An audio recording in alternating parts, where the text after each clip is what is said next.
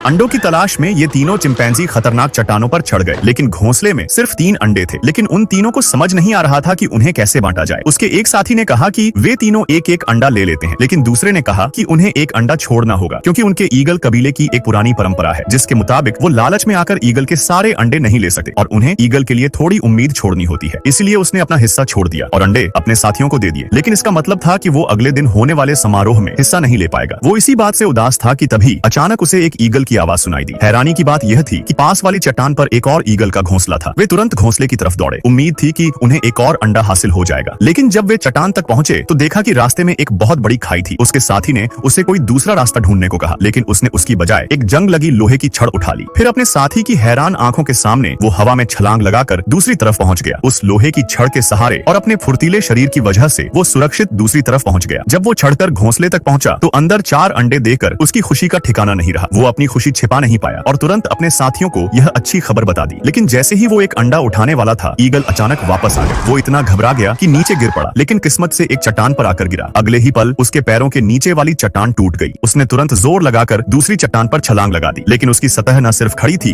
बल्कि काई से भी ढकी हुई थी। वो कुछ समझ पाता उससे पहले ही उसका संतुलन बिगड़ गया और वो बेकाबू होकर नीचे फिसलने लगा। किस्मत से वो एक लोहे के ढांचे को पकड़ने में कामयाब हो गया और किसी तरह अपनी जान बचा ली। खतरा टलने के बाद वे कबीले की तरफ वापस लौटने की तैयारी करने लगे। तभी उसने देखा कि घोड़े पर रखा कंबल गायब था। तब उसे लगा कि यहाँ जरूर कोई आया होगा। वे अब भी इसी उलझन में थे कि तभी पास से अचानक कोई आवाज आई। उसने देखा कि सामने झाड़ियों में कुछ छुपा हुआ था।